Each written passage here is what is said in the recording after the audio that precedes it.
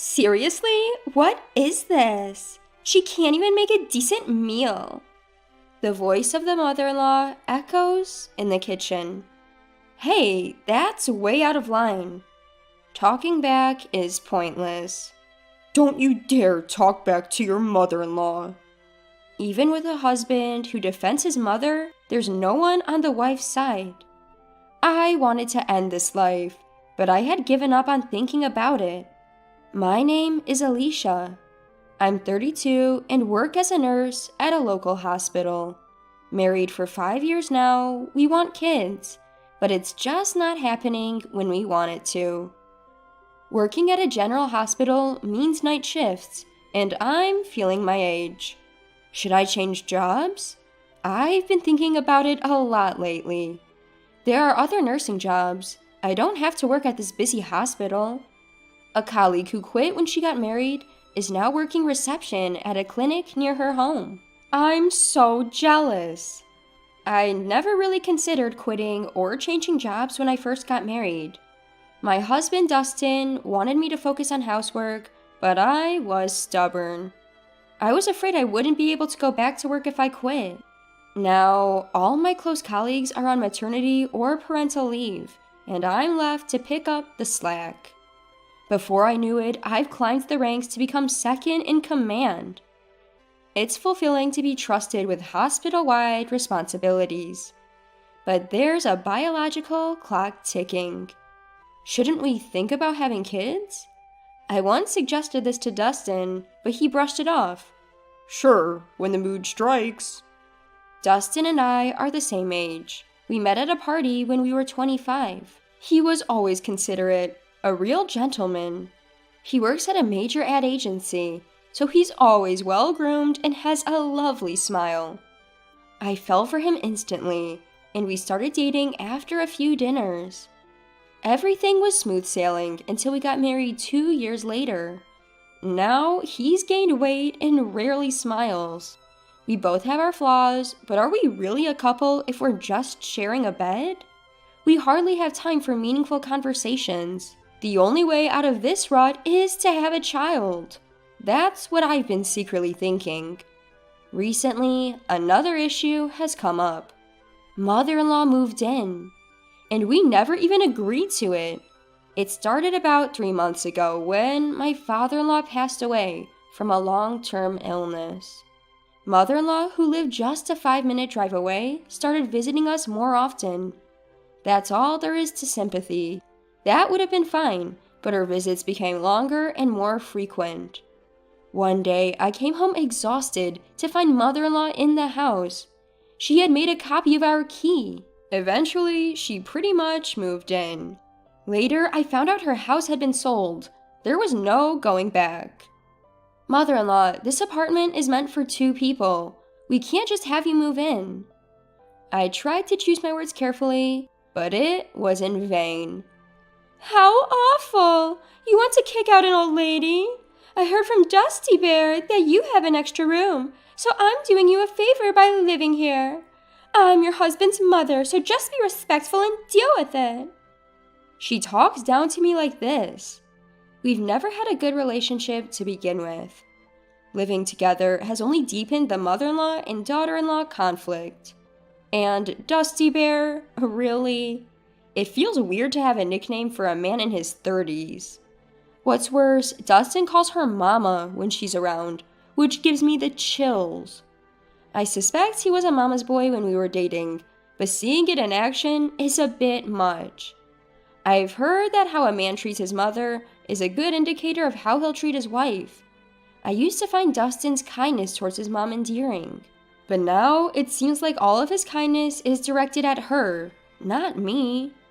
I've tried to talk to Dustin about the living situation multiple times. Dustin, we never agreed to this.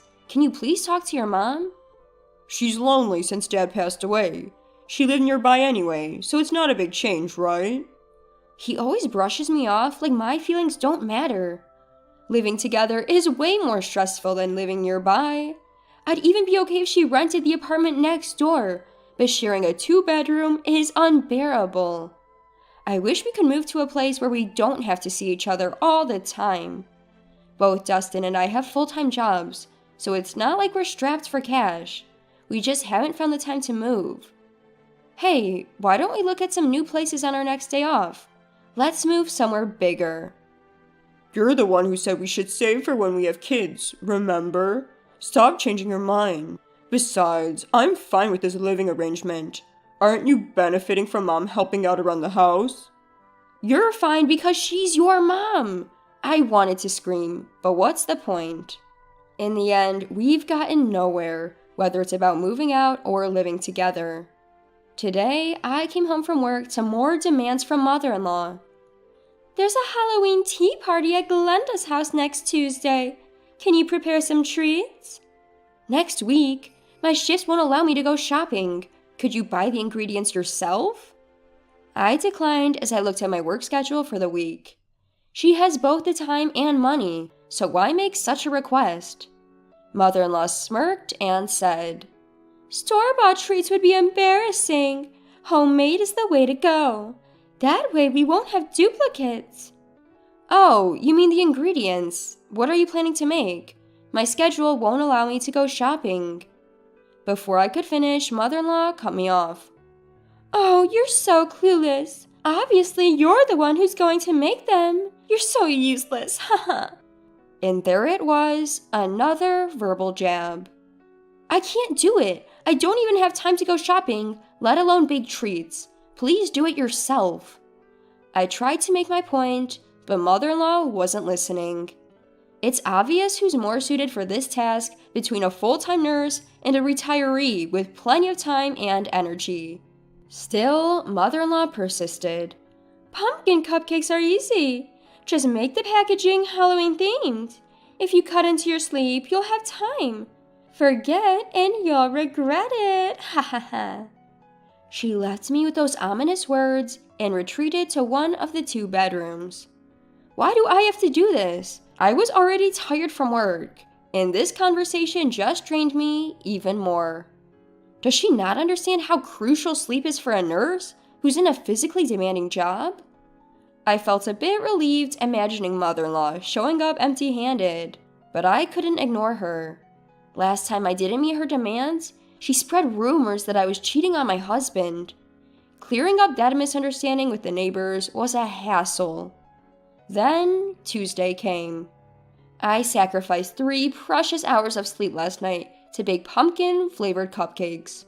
They looked cute in Halloween packaging. Surely mother-in-law would be satisfied. But when she saw them, she said, What's this? You made these? Wow, you're talented. Talented at wasting ingredients and money, haha. I thought I misheard, but her words were clearly directed at me and my cupcakes. I made them just like you said. What's wrong with them? And it's really unfair to criticize me after making me do this. Before I could finish, mother-in-law showed me a bag, wrapped in department store paper. I instantly knew. She never intended to bring my treats. She just wanted to make me do the work. Rage boiled inside me. I was the fool for actually making them. I'm done being mother-in-law's puppet. What's in the bag, mother-in-law? You made me bake and then you went shopping yourself? Why are you always so cruel? Oh, did I say that? Just throw those trashy, uninspired cupcakes away. I can't bring them to the neighborhood tea party. I wanted to scream at this infuriating woman, but held back and started preparing for work. I barely slept less than 3 hours last night. I need to find a way to end this living situation and never see mother-in-law again. Why is Dustin okay with me suffering like this? Tears of frustration filled my eyes as I headed to work. 2 months had passed since that incident, and today is New Year's Eve. We've managed to avoid any major fights, but that doesn't mean I've accepted this living arrangement. I've minimized conversations with mother-in-law to keep my irritation at bay. The hospital is busy during the cold season. It might not seem like much compared to doctors, but with increased appointments for vaccinations, this is the busiest time of the year.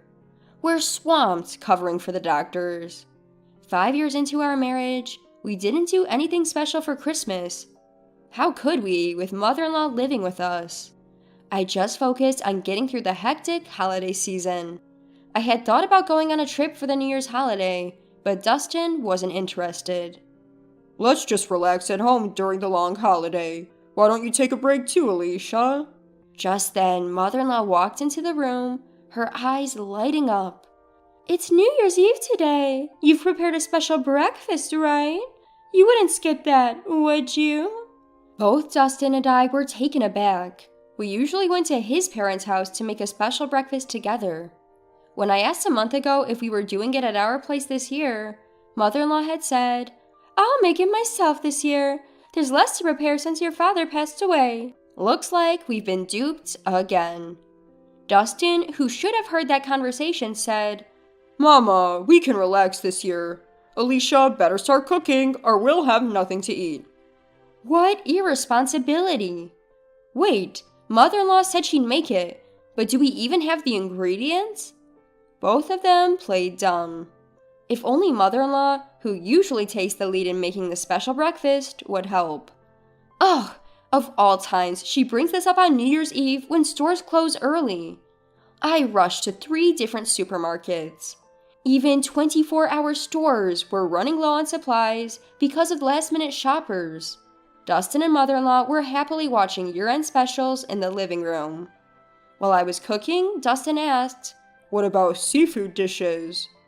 I checked the time. New Year's was just an hour away. With pots on the stove filled with meat and beans, takeout was the only option.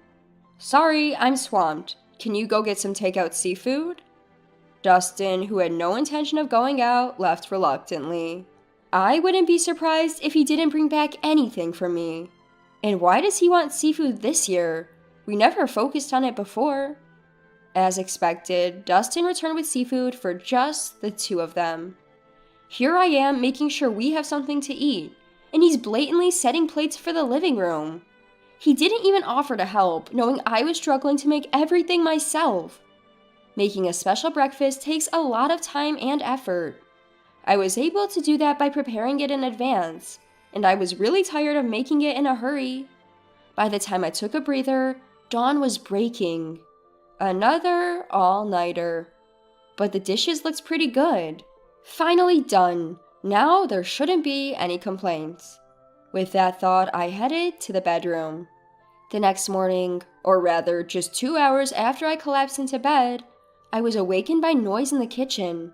Mother-in-law and Dustin, who had gotten a good night's sleep, were probably ready for their special breakfast. Then Dustin came in and said something unbelievable. We're going out. You're probably tired, Alicia, so you'll stay home, right? Or do you want to go out for brunch? What? Brunch? My brain is already foggy from lack of sleep, and now it's filled with even more questions. I asked in disbelief. Wait, you want to go out for brunch? Right now? But I made a special breakfast, so we don't need to eat out, right? Well, yeah, but... I'm annoyed by Dustin's vague response and head to the kitchen. To my horror, my mother-in-law is about to throw away the food I stayed up all night to make. Hey, what are you doing? This trash is inedible, haha. I thought I'd do you a favor and throw it away. Starting the new year with this? No way, ha ha ha. I managed to snatch the food from her, but in the process, some vegetables fall to the floor. Why is this happening to me? As I'm picking up the fallen vegetables, tears start to roll down my cheeks. Dustin, seeing all this, puts on his jacket without offering any help. Alright, let's just go have brunch by ourselves, Alicia. Take care of the rest, haha. And just like that, they leave to enjoy their brunch. This can't go on. If we have a child, I can't raise it with Dustin. After cleaning the floor, I decide to eat the special breakfast I made.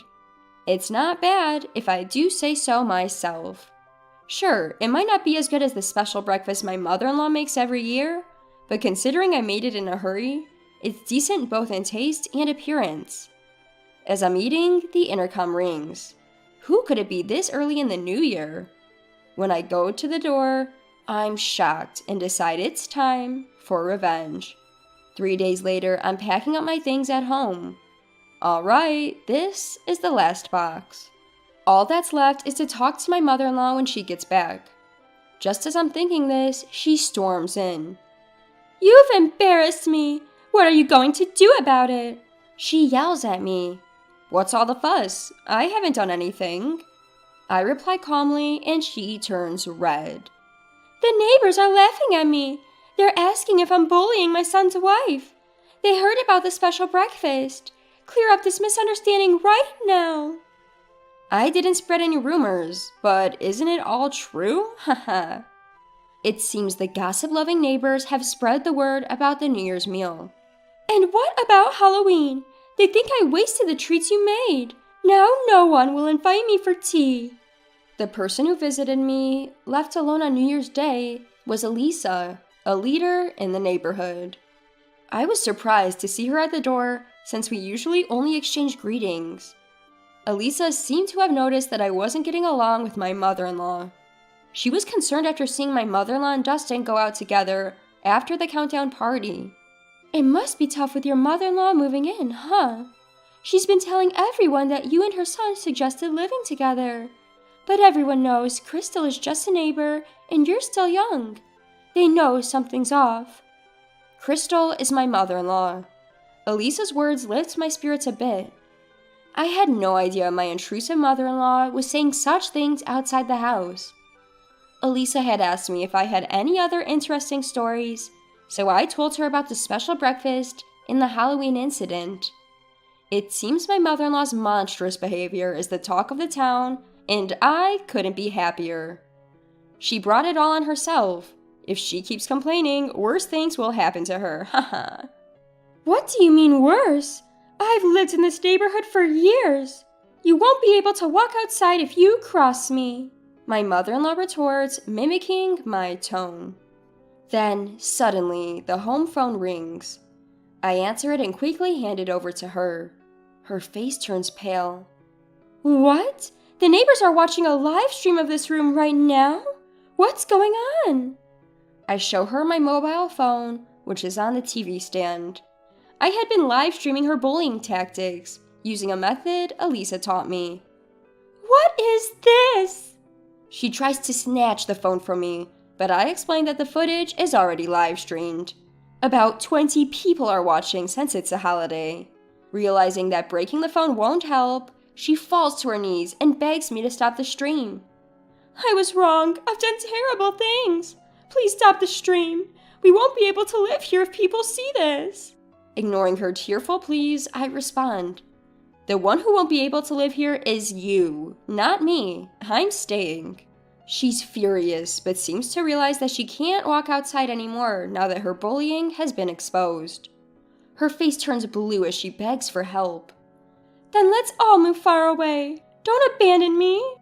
"You're really clueless, haha. Dustin and I are getting a divorce. You're a stranger now. Please leave within a week, haha."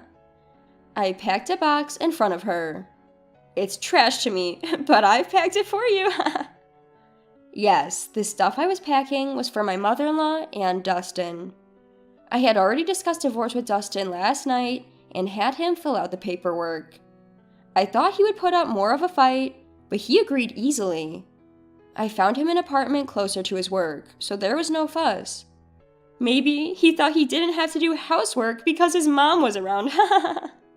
From what I've heard through the neighborhood network, Dustin and his mom, who moved to the next town, are having a lot of issues.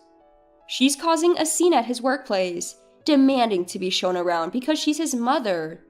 This has led to rumors about them being a weird mother-son duo, affecting Dustin's chances of promotion and causing him public and private humiliation. I can't believe that something like this happened to my former in-laws without me even knowing about it. I'm grateful to the neighbors who helped me, and hope to help others who are being bullied by their in-laws someday.